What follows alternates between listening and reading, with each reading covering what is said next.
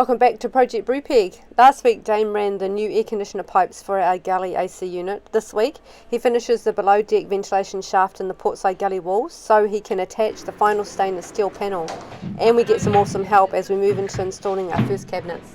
The challenge has been set. A time frame has been laid down. I've got 24 hours to build a stainless wall. It's stressful, I've lost my hair, but welcome to Project Brupeg.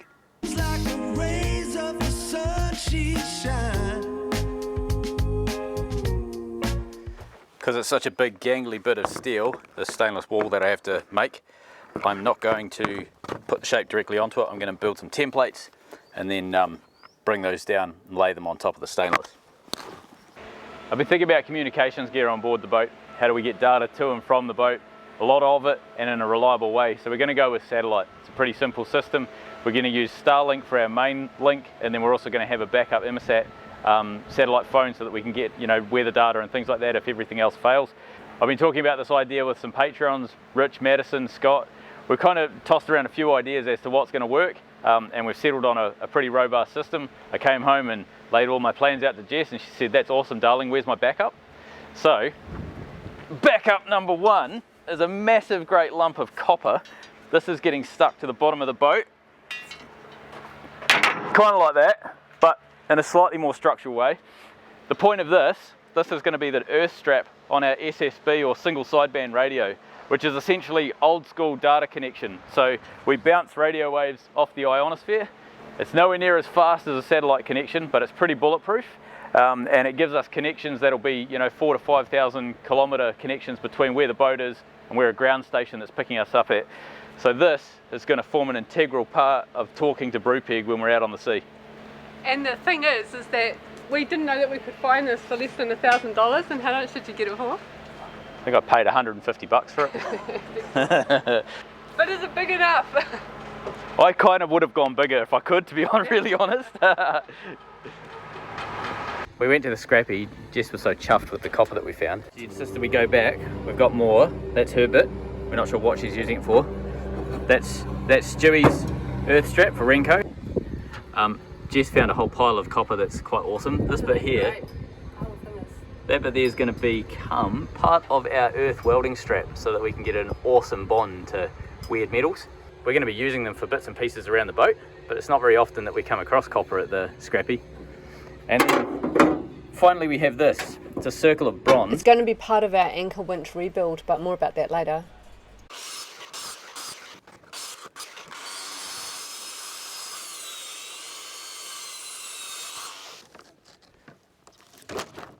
This plywood is a 4mm thick piece of hardwood, like it's called brace ply. It's basically used for building boxes and stuff to send stuff around the world. Cheap as chips, really hardy, really hardy. We normally use it for wall panels. However, in this case, it was left at the bottom of the boat and we had a bucket load of rain and it fell over into some water and got some mold on it, so we're not going to use that sheet, we'll get another one. But it's perfect for templates. So cut up a few, we'll go up and we'll start putting these around the area and start marking out our stainless shapes. So you're the fire, you're the flare, you're the song inside my head, and I will taste every note, feel so. In the early days when Jess and I were starting to build this and we had basically zero money, I didn't even have a square, but I had some lengths of steel. I made my own square, and what I did was basically, didn't have a square to know if this was square, but I just welded a couple of bits, tacked them together, and then they were actually about 3 meters long each one, and I just triangulated it, figured out how to actually get it square, figured out what the measurement should be, and then then cut it to size. It was a simple way at the time of actually getting a square. And it's surprisingly accurate when I put it next to my engineering squares and stuff, it's basically bang on. So it worked. You're the fire, you're the flare, you're the song inside my head, and I will taste every note, feel so good when you're in my head, so I've been stuck forever, it seems like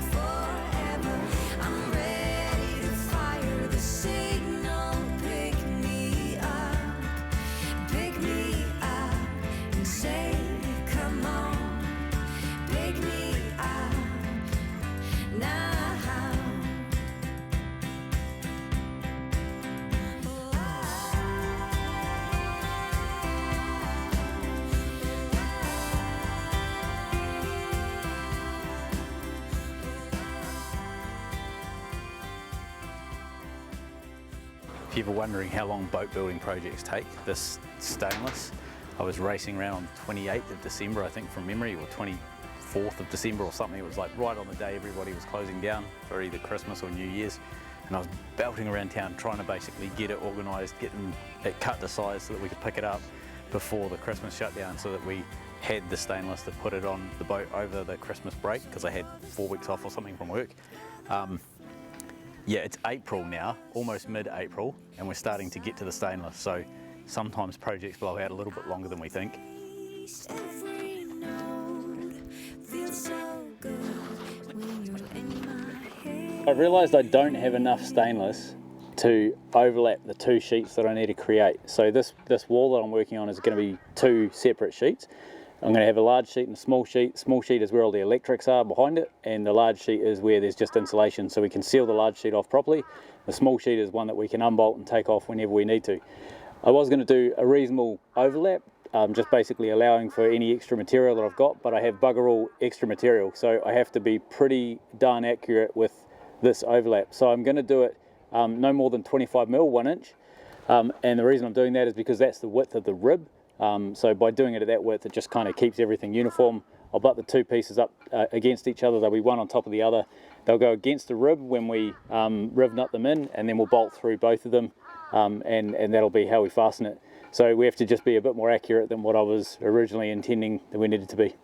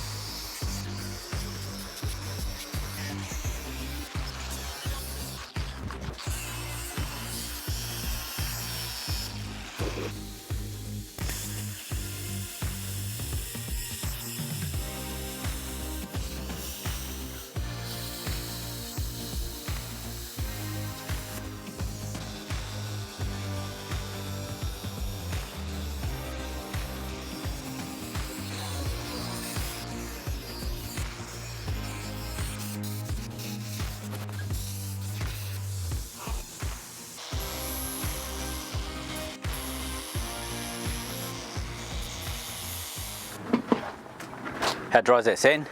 Gosh, it's a big piece, isn't it? Okay, first step today is I need to get insulation in all of these panels.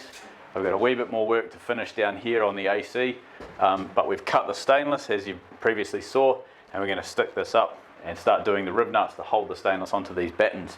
We have to make sure that we've got the insulation in, because that provides essentially a firm surface to put the stainless onto. It's all, you know, smooth and flush across here like this. If we didn't have the insulation, it's a bit hit and miss, and the panels can do a bit of a wobble. So that's what we're trying to eliminate by getting the insulation done. Need to make a clearance for this cable tray down here.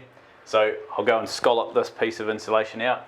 I will put my cables in before I put the insulation in, and then I'll push the insulation in behind, and that's going to allow me to yeah, basically sign off this corner. All right, let's go and do some choppy.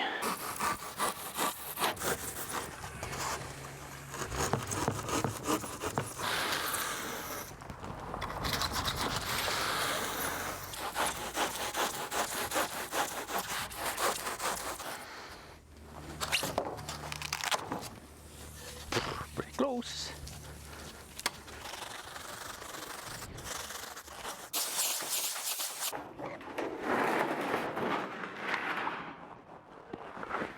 Okay, you're right.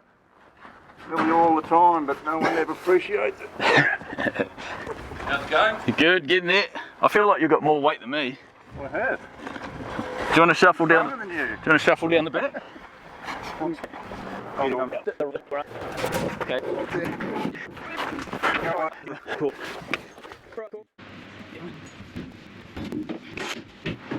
You go, right.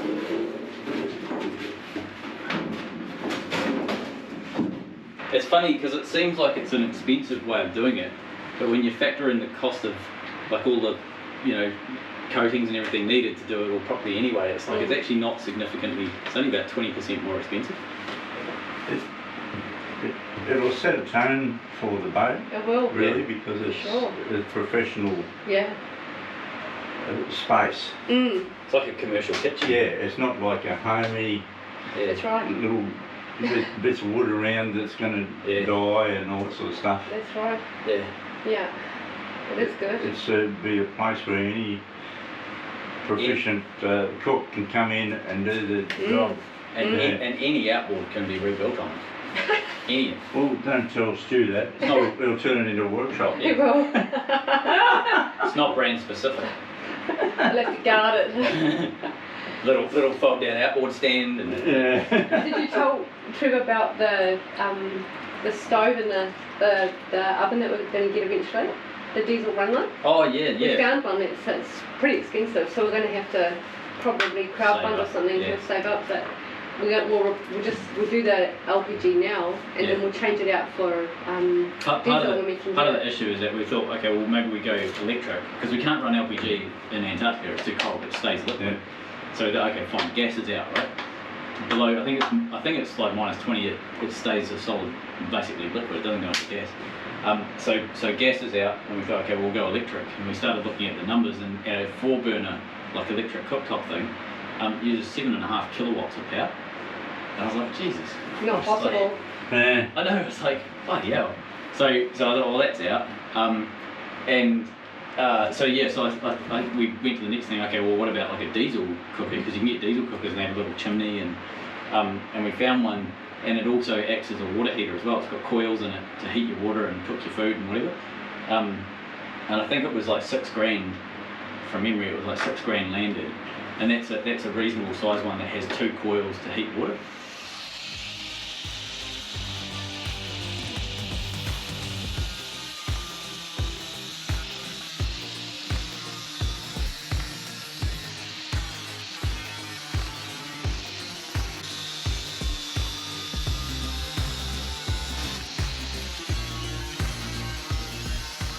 I need a way to hold this thing against the wall, so what I've done is just got a bit of timber, drilled 3/4 of the way through it, not obviously all the way through.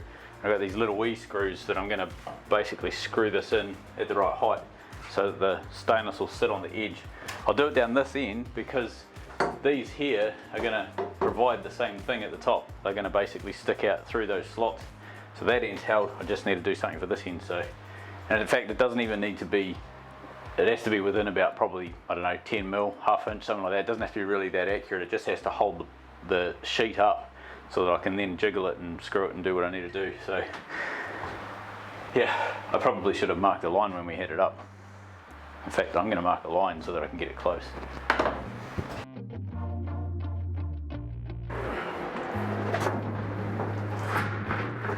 Come my way, I think.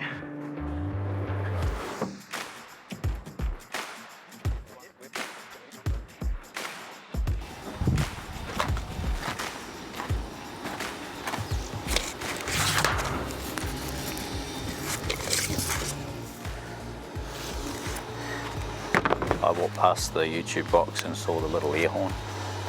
Immediately I thought of Stu. I don't know if that's a good thing or a bad thing. Like, Waking him up in the morning. I think I'll be fine with it. Well, you'll have earplugs in. Yeah, I don't know if he will be. Morning!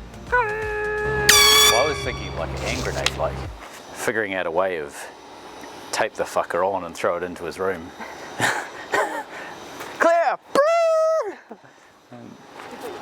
Yeah, I need to think of a few things pre-prepared, ready for Stu.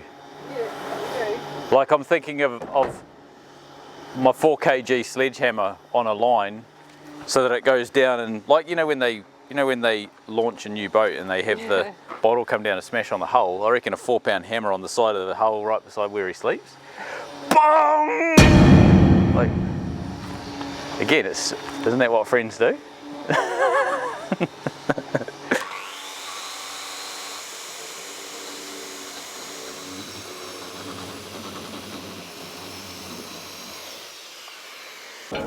You know, I really don't get that this is better insulation than the stuff we're using. It's crumbly and light compared to the stuff we use. The stuff we're using is better. It's dense. Yeah, but this is for areas that we can't get insulation into. No, but you know, in the beginning everyone argued that we should do all of the insulation in the boat. Oh, It's right. the only way to do it, it's airtight and all of that.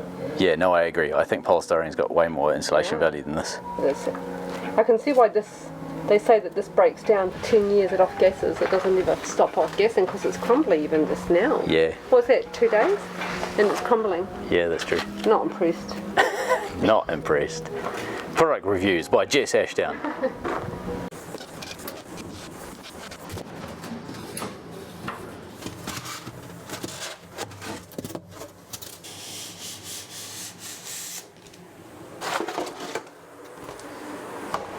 That is going to work.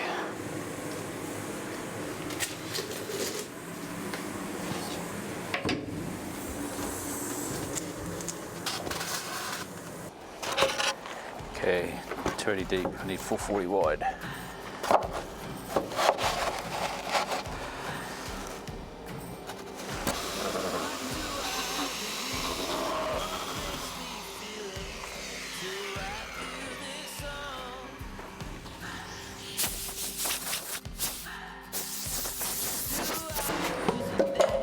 Right, you trim it off that way, so you're going to sit that way.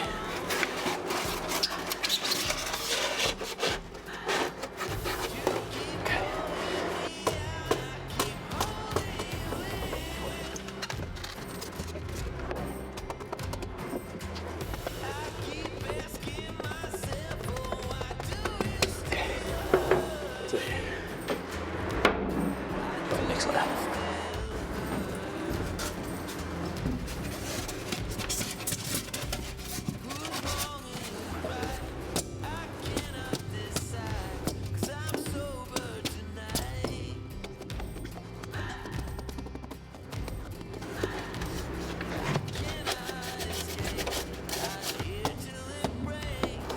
The edge is like a couple of mil too big, so the edge is getting stuck on this steel lip.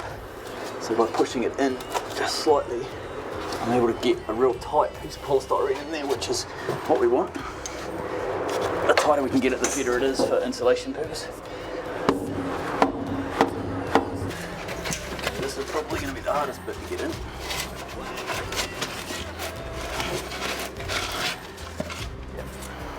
Cut it in the middle.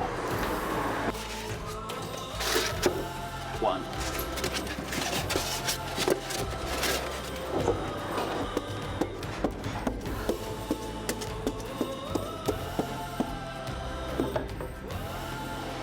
Okay. Give me.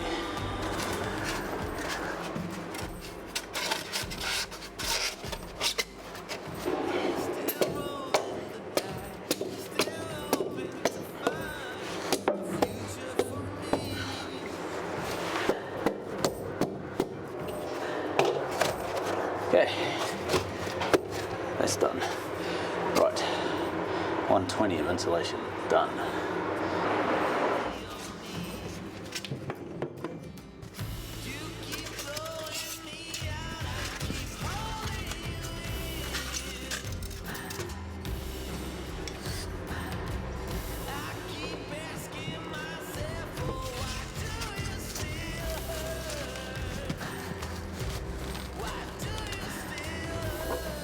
Right, so that's done now. I need to put the aluminium cap on the whole thing. So there's a couple of little holes that have to be filled with sealant, and then that's ready to go. So get those done, get the aluminium on.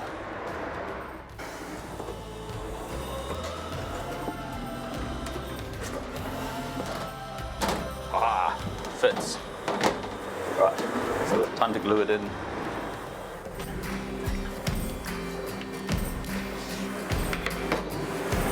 It's important whenever you use adhesive like this to make sure you put the glue gun down where you're going to kick it, because that gives you the best possible chance of getting it over your shins, your knees, behind your ears, and in the ankle well if you're working on a boat.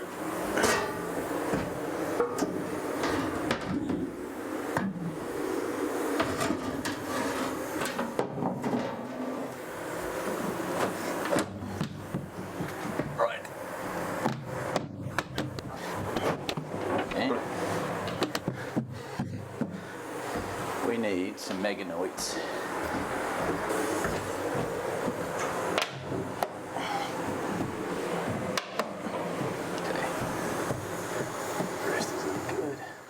Thanks to our amazing Patreons, we're able to pay Ian, a qualified carpenter, to come in and give Damien a hand. Dame's learning a heap. Thanks, Ian.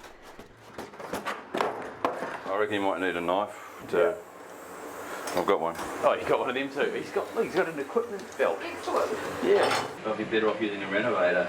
And it'll do a slightly more elegant job than that. I thought a renovator was a person, and they come in and they do work with.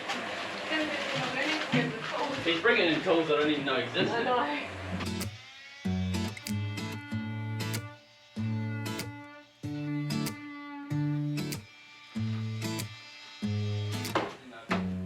Hold up just a minute. Been looking for some help. Just I don't have all the bolts, so we're just going to put a few in. Yep. In fact, if we put the ones down, mainly down the bottom, Yeah. we'll do these later, they don't matter so much. I'll give you a couple. Thank you. And then It'll hang on those things. Yep. there you go. Try that. Let's have a go at that one. Yep. not waiting just for somebody to love and to surround me and to handle my emotions.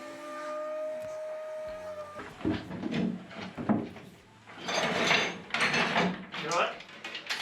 Good to go? Something about there.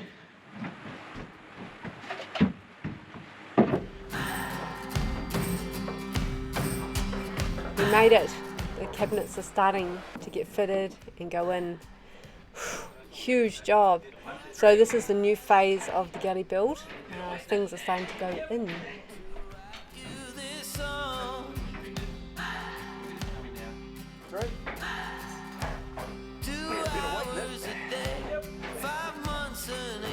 Good.